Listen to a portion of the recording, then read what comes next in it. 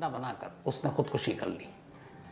अब ये पुलिस के ऊपर सवाल इसलिए सवाल है क्योंकि एक तो लॉकअप में है, पुलिस हिरासत में, ऊपर से सीसीटीवी कैमरे से हर वक्त आपकी हरकत लॉकअप के अंदर आप क्या कर रहे हो ये सब नज़र रखी जा सकती है। उसके बावजूद अगर एक शख्स इस तरीके से खुदकुशी कर लेता है पुलिस हिरासत में, तो फिर अभी इंक्वायरी भी होगी, जो लापरवाही बरतेंगे शायद उनके खिलाफ कार्रवाई भी हो। तो पहले लगा कि आपको ये जानकारी दे दूं। अब आते हैं उसी जासूसी दुनिया की खबर पर, और अब आते हैं आज की कहानी के ऊपर। पिछले 2 दिनों से भारत और अमेरिका दोनों जगह एक रिपोर्ट बहुत सुर्खियों में है। एक तरह से ये कहानी है, कहानी भारतीय खुफिया एजेंसी रॉ की, और कहानी रॉ के एक ऑपरेशन की। वो ऑपरेशन जिसमें खालिस्तानी समर्थक अमेरिका में इस वक्त न्यूयॉर्क में रह रहे गुरपतवंत सिंह पन्नू के कत्ल की साजिश को लेकर। ये रिपोर्ट द वॉशिंगटन न्यूज़पेपर है, उसने छापी है।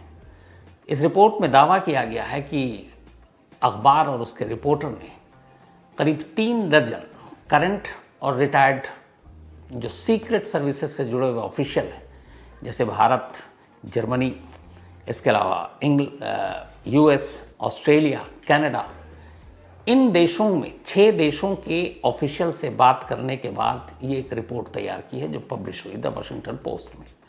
और इस रिपोर्ट के पब्लिश होने से पहले ही कहते हैं कि यूएस अथॉरिटी ने भारतीय एजेंसियों को या भारत सरकार को ये बताया था कि एक रिपोर्ट आने वाली है द वॉशिंगटन पोस्ट में, जिसमें पन्नू के कत्ल की साजिश को लेकर भारतीय एजेंसियों पर उंगली उठने जा रही है। और अब ये रिपोर्ट आ गई। तो इस रिपोर्ट में इस पूरी साजिश की कहानी है। तो पहले वो कहानी और इस रिपोर्ट के बाद क्या हुआ, रिपोर्ट में कितनी सच्चाई है, इसके बाद अब जब रिपोर्ट रॉ की आई है, रॉ की बात चल रही है, तो फिर आपको ये बता दूं कि रॉ की खुफिया दुनिया की झलक कैसी होती है। रॉ की दुनिया कैसे होते हैं इसके जासूस, कैसे ये काम करती है, इसको डिटेल में आपको जानना है तो कुकू एफएम के ऑडियो लर्निंग प्लेटफॉर्म पर जाइए और रॉ की इस खुफिया दुनिया की झलक देखिए, सुनिए और महसूस कीजिए कि लोग काम कैसे करते हैं। कुकू एफएम एक बेहद तेज़ी से बढ़ता हुआ ऑडियो लर्निंग ऐप है और लाखों लोग इसको सुन रहे हैं और इससे कुछ ना कुछ नया सीख रहे हैं, आगे बढ़ रहे हैं। अगर आपने अब तक कुकू एफएम की ऑडियो बुक नहीं सुनी है तो अब आपके लिए कुकू एफएम ने 7 दिन का फ्री ट्रायल शुरू किया है। इन 7 दिनों के दौरान आप पूरे प्लेटफॉर्म पर कोई भी शो सुन सकते हैं, जिनमें 5000 शो शामिल हैं, बल्कि 5000 से ज़्यादा हैं बिल्कुल मुफ्त। ऑफर बहुत तगड़ी है, तो अपने दोस्तों को और फैमिली मेंबर्स को भी ये ज़रूर बताना। तो इस रिपोर्ट के हिसाब से बात मई 2023 की है।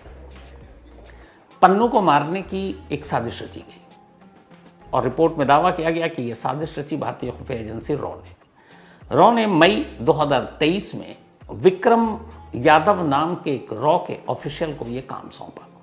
हालांकि विक्रम यादव रॉ में जूनियर अफसर के पोस्ट पर तैनात थे और इससे पहले वो सीआरपीएफ में थे, सेंट्रल रिजर्व पुलिस फोर्स में। फिर उनको डेपुटेशन पे रॉ पे लाया गया और विक्रम यादव को यह काम दिया गया। अब विक्रम यादव ने सबसे पहले निखिल गुप्ता नाम के एक शख्स को हायर किया अमेरिका और उससे कहा कि तुम्हें पन्नू को ठिकाने लगाना है। अब उसके लिए तुम एक हिटमैन की तलाश करो, यानी शूटर की। अब मई के बाद ये काम होना था जून में, लेकिन इत्तेफाक से 22 जून को प्रधानमंत्री का यूएस दौरा था, नरेंद्र मोदी जी को वहाँ पहुँचना था। तो फिर रॉ ने ऑपरेशन रोक लिया। उसने कहा कि पहले पीएम का दौरा ख़त्म हो जाए, क्योंकि अगर दौरे से पहले ऐसा कुछ हो गया तो फिर अमेरिका में धरना प्रदर्शन शुरू हो जाएगा, क्योंकि पन्नू खालिस्तानी समर्थक एक ऑर्गेनाइजेशन को चलाता भी है और अमेरिका और कनाडा में उसकी ठीक ठाक पहुँच है। तो फिर ये ऑपरेशन रोका गया, लेकिन काम चलता रहा। उधर निखिल गुप्ता ने एक हिटमैन को ढूंढ लिया और गलती यहीं से शुरू हुई। निखिल गुप्ता ने जिस हिटमैन को ढूंढा वो दरअसल कोई और नहीं बल्कि अमेरिकी खुफिया एजेंसी का ही एक बंदा था। तो यहाँ पे चीटिंग हो गई। अब उसके साथ पहले डीलिंग हुई। डील ये हुआ कि आपको पैसे देने हैं और एक टारगेट किलिंग करनी है। तो $15,000 उसको एडवांस भी दे दिया गया, करीब 12-13 लाख रुपए इंडियन करेंसी में पड़ता है। और अब इसके बाद जब हिटमैन मिल गया, सारी चीज़ें हो गई, तो फिर रॉ के अफसर यहाँ से विक्रम यादव, उन्होंने निखिल गुप्ता को न्यूयॉर्क में पन्नू के घर का एड्रेस और उसके पूरे जो रूटीन होता है वो बताया। और फिर ये कहा कि जब मैं बता दूंगा कि वो अगर अपने घर में है जिस दिन पन्नू, तो उसी दिन ये अटैक करना और मार देना है। सारी डील हो गई। अब विक्रम यादव जो है, जो रॉ के अफसर, उन्होंने निखिल गुप्ता को हायर कर लिया, शूटर मिल गया, लेकिन वो शूटर एजेंसी का है। तो अब जब ये सारी चीज़ें होगा तो ये क्लियर हो गया कि टारगेट कौन है। तो यहीं पे शूटर ने फिर अपनी एजेंसियों के अफसरों को बताया और उसके बाद ये भेद खुल गया। अब अभी तक वहाँ की एजेंसियों को ये पता नहीं था कि निखिल गुप्ता के पीछे कौन है, यानी ये जो रॉ के अफसर हैं, ये विक्रम यादव के बारे में तब तक पता नहीं। अब उसने अमेरिका या अमेरिकी खुफिया एजेंसी ने निखिल यादव पर नज़र रखनी शुरू की और फिर इसी दौरान 30 जून को निखिल यादव अमेरिका से निकलकर प्राग पहुंच जाता है। लेकिन CIA उसके पीछे थी। जब वो प्राग एयरपोर्ट के बाहर उतरता है तो CIA के 2 लोग उसको वहीं पे पकड़ते हैं और एक कार में बिठाते हैं और प्राग की सड़कों पर 2 घंटे उसे घुमाते हैं। इस दौरान उसके लैपटॉप, उसका फ़ोन, सब कुछ ले लेते हैं, उससे सारी इंट्रोगेशन कर लेते हैं और फिर उसे छोड़ देते हैं। और धीरे से चेक, चूँकि चेक गणराज्य में आता है ये, चेक रिपब्लिक देश में प्राग, तो फिर वो प्राग पुलिस और चेक की गवर्नमेंट को बता देते हैं कि ये बंदा है जिसे हमारी ज़रूरत है, क्योंकि इसने अमेरिकी धरती पर एक कत्ल की प्लानिंग की है भारतीय खुफिया एजेंसी के साथ मिलकर। तो वहाँ पे एक अरेस्ट वारंट निकल जाता है और निखिल गुप्ता गिरफ्तार हो जाता है। गिरफ्तार होने के बाद ये सारी चीज़ें जांच चलती रहती हैं, चार्जशीट दाखिल होती है जिसमें इल्ज़ाम लगा जाता है कि निखिल गुप्ता ने ये सब कुछ भारतीय खुफिया एजेंसी के इंस्ट्रक्शन पर किया, लेकिन नाम नहीं था कि वो अफसर कौन है। अब द वॉशिंगटन पोस्ट ने उस अफसर का नाम लिखा और उसने कहा है कि ये काम रॉ के एक जूनियर अफसर उसका है, जिसका नाम है विक्रम यादव।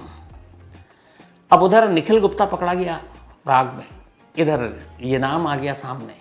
तो ऑपरेशन एक तरह से तभी फ्लॉप हो गया था जब पता चला कि जिस हिटमैन को ढूंढा गया था वो तो अमेरिकी खुफिया एजेंसी का निकला।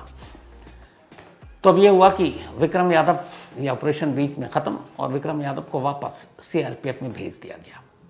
अखबार ने दावा किया कि दरअसल ये ऑपरेशन फेल होने की एक वजह यह है, जो एक्सपर्ट्स ने बताया, कि विक्रम यादव चूँकि CRPF से आया था तो वहाँ इतने वेल ट्रेनिंग और ये जासूसी और ये सारी चीज़ों की जो पैरामिलिट्री फोर्स और एक खुफिया एजेंसी में बड़ा डिफरेंस होता है, तो उस तरह की वो ट्रेनिंग उसको, ये वो इतना वेल ट्रेंड नहीं था, तो ये ऑपरेशन नाकाम हो गया। तो इसी के बाद उसको वापस CRPF में भेज दिया गया।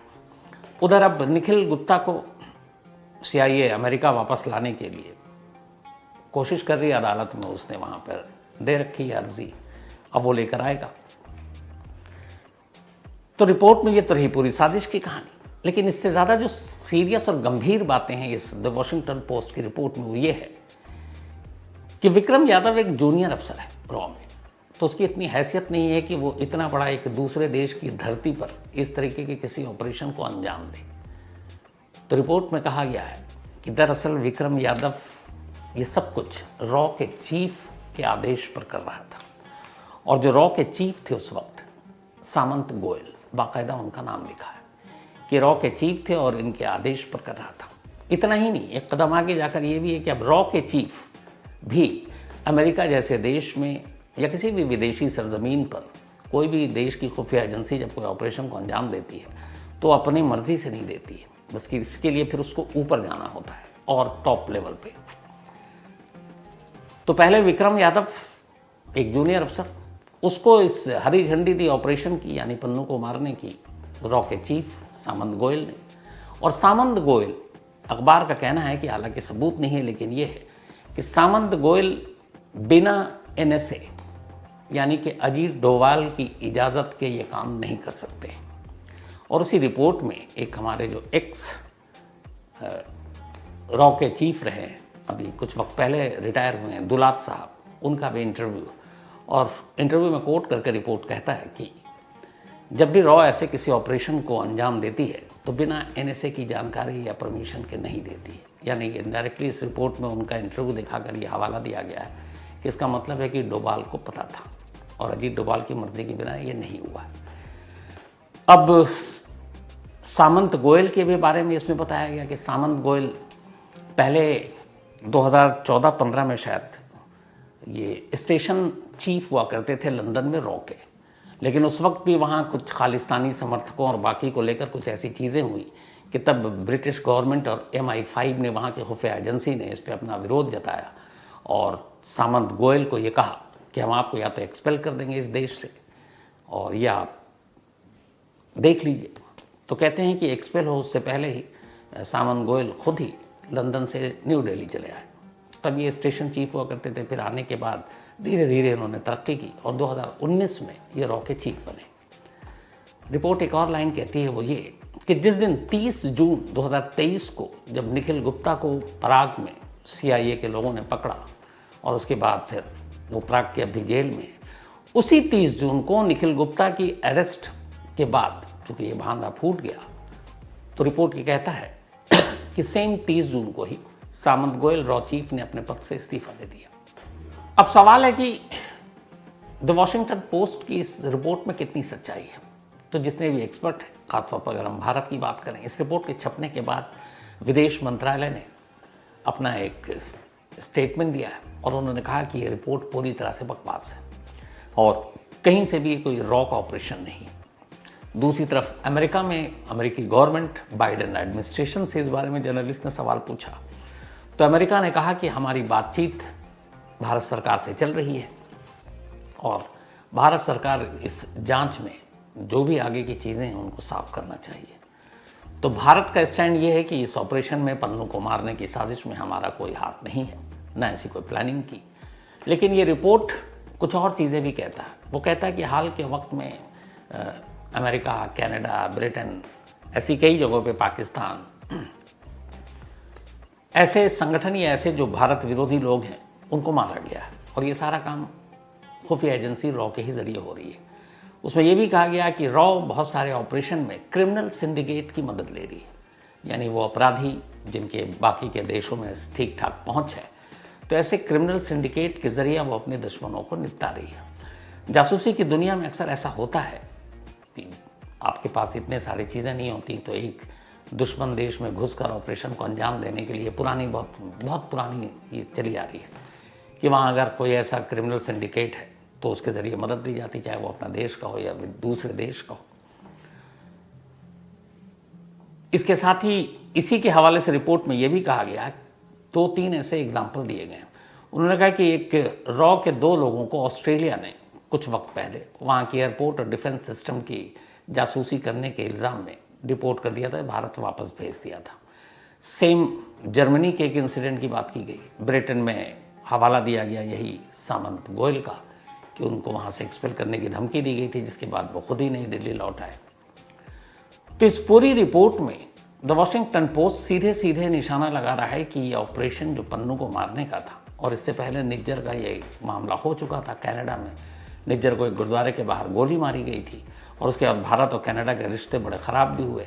जो जस्टिन ट्रूडो हैं, जो कनाडा के प्राइम मिनिस्टर, उन्होंने ओपनली इल्ज़ाम लगाया कि इसमें भारत का हाथ है, भारतीय खुफिया एजेंसियों का हाथ है। फिर दोनों के रिश्ते बड़े ख़राब हुए और उन्होंने ये भी कहा कि 5 आइज़ को भी पता है, निज्जर की सारी रिपोर्ट दे दी है, तो उस मामले की भी इंक्वायरी चल रही है। अब पन्नू के इस मामले की, क्योंकि अमेरिका का ये कहना है कि हमारी धरती पर कोई बाहरी आकर अगर इस तरीके की हरकत करेगा तो हम जो भी कानून और इंसाफ हमारा है उसके हिसाब से कार्रवाई करेंगे। पन्नू के मामले में जो निखिल गुप्ता है वो उसकी अभी चार्जशीट लगभग वहाँ के जस्टिस डिपार्टमेंट ने दायर कर दी है, साथ ही उसको पराग से लाने की कोशिश की जा रही है। लेकिन अब ये जो नाम आया है कि इस पूरे मामले में जो यादव, विक्रम यादव, ये मेन मैन जिसने अमेरिका में सारी चीज़ों की तैयारी की थी, इसी रिपोर्ट में पन्नू की भी कभी इंटरव्यू है और ये भी कहा गया इस रिपोर्ट में कि जिस हिटमैन को हायर किया गया था, जिस शूटर को इस काम के लिए निखिल गुप्ता के ज़रिए, उसे ये कहा गया था कि ये एक टारगेट अभी ऐसे बहुत सारे टारगेट हैं, तो कम से कम 4-5 ऐसे टारगेट और हैं जिन्हें निपटाना है। रिपोर्ट में ये भी है कि इसके बाद FBI ने 4-5 ऐसे लोगों को जो अमेरिका में रह रहे हैं, जो भारत विरोधी बयान देते हैं या खालिस्तान के सपोर्ट में बयान देते हैं, उनको FBI की टीम ने जाकर बाकायदा आगाह किया था कि आप लोगों की जान को खतरा है, तो अपनी देख लो।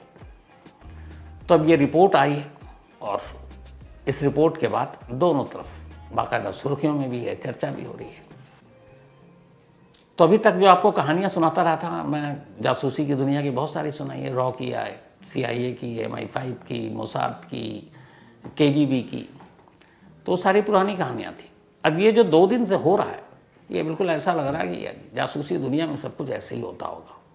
पढ़कर सुनकर मौका मिले तो आप लोग देखिए, वो शायद सोशल मीडिया पर भी है, जो इसकी रिपोर्ट है द वॉशिंगटन पोस्ट में। ऐसा लगता है कि जैसे जासूसी ही कहानी लिखी। तो अब इसमें क्या सच है क्या गलत है ये तो जांच के बाद पता चलेगा, लेकिन इस रिपोर्ट पर हर तरफ चर्चा हो रही है, तो मुझे लगा कि फिर जासूसी से जुड़ा हुआ मामला है तो क्यों ना जासूसी कहानी की तरह इसको आपके सामने रखूं। तो फिलहाल आज कहानी में इतना ही, लेकिन कहानी ख़त्म करूं उससे पहले वही अपना सिलसिला। आज राजेश दोरवेकर अंकल जिन्होंने भेजा उन्होंने ही लिखा, इनका बर्थडे है, तो हैप्पी बर्थडे राजेश जी। और ये भेजा है मिलिंद डोरवेकर ने। इसके अलावा वंदना सहानी, इनका भी आज जन्मदिन है, तो हैप्पी बर्थडे वंदना। और भेजा है सनी चौहान ने। साथी खुशी, इनका भी आज बर्थडे है, हमेशा आप खुश रहें, वैसे आपके नाम में ही खुशी है। और भेजा है पूर्णिमा ने। इसके अलावा अबरार हुसैन, इनका भी आज जन्मदिन है, तो हैप्पी बर्थडे अबरार, आप हमेशा अच्छे रहे। और भेजा है अनिल ने, इनके दोस्त हैं। साथी अमित पांडे, इनका भी आज बर्थडे है, तो हैप्पी बर्थडे अमित साहब। और भेजा है राजेश पांडे ने। इसके अलावा परवेज अंसारी, ये जो प्रवेश भाई आपने लिखा है बिल्कुल मैं आपसे सहमत हूं और मैं कोशिश करूंगा कि वैसा करूं, कोई दबाव वबाव है नहीं। डॉक्टर गुरप्रीत सिंह, इन्होंने कहानी की फरमाइश की है। इसके अलावा अर्चिल पांडे, इन्होंने कहानी की फरमाइश की है। साथ ही Manoj Lukhar, thank you so much. और इंडियन टीम के बारे में जो आपने कहा मनोज भाई, मैं भी सहमत हूँ। पूजा शर्मा, बिल्लू सांडा की कहानी की इन्होंने बहुत ज़माने से फरमाइश की है, मैं शर्मिंदा हूँ कि अभी तक सुना नहीं पाया, लेकिन पूजा जी पक्का वादा है जल्दी सुनाता हूँ। साथ ही महेंद्र ढेरा, महेंद्र भाई मुझे कौन फिल्म में काम देगा, इन्होंने कहा फिल्म में काम क्यों नहीं करते, कहाँ देगा, हालांकि मैं बड़ा चाहता हूँ कॉमेडियन का रोल करूँ फिल्म में, पर कोई मिलता ही नहीं है डायरेक्टर। इम्तियाज़ आलम, इन्होंने पूछा कि आप धोनी के फ़ैन क्यों हैं। फ़ैन होने के लिए बहुत सारी चीज़ें होती हैं, तो मुझे लगता है कि धोनी में वो सारी चीज़ें हैं जिसकी वजह से कोई भी उनका फ़ैन हो सकता है। लेकिन सबसे बड़ी चीज़ जो मुझे लगता है उनके अंदर उनकी सादगी, और वही सादगी मुझे उनकी तरफ खींचती है। और उनका डाउन टू अर्थ रहना और बिल्कुल कूल रहना जो पूरी दुनिया मानती है। तो और भी बहुत सारी चीज़ें हैं, लेकिन उनमें से एक ही है।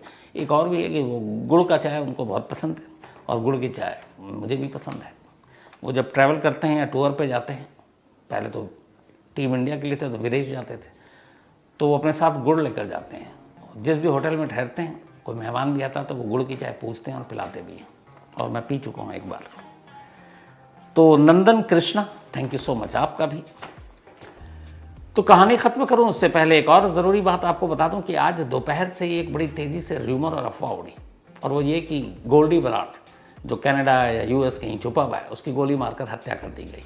लेकिन हमने अपने तमाम सोर्सेज से पता किया, कनाडा अमेरिका तक फ़ोन घुमा दिया, कहीं से कंफर्मेशन नहीं मिली। तो मुझे लगता है कि शायद ये अफवाह हो, बाकी इसमें कुछ अपडेट होगा तो आपको ज़रूर बताऊंगा। तो लास्ट में आपको वापस एक बार फिर से याद दिला दूं कि डिस्क्रिप्शन में जो लिंक है वहाँ कुकू FM डाउनलोड करके कुकू FM ने 7 दिन का फ्री ट्रायल शुरू किया है। इन 7 दिनों के दौरान आप पूरे प्लेटफॉर्म पर कोई भी शो सुन सकते हैं, जिसमें 5000 शो शामिल हैं, बल्कि 5000 से ज़्यादा हैं बिल्कुल मुफ्त। तो कहानी में आज इतना ही है। अब आपसे मुलाकात होगी कल रात 9 बजे किसी नई कहानी के साथ। तब तक अपना और अपनों का ख्याल रखिएगा। Thank you very much.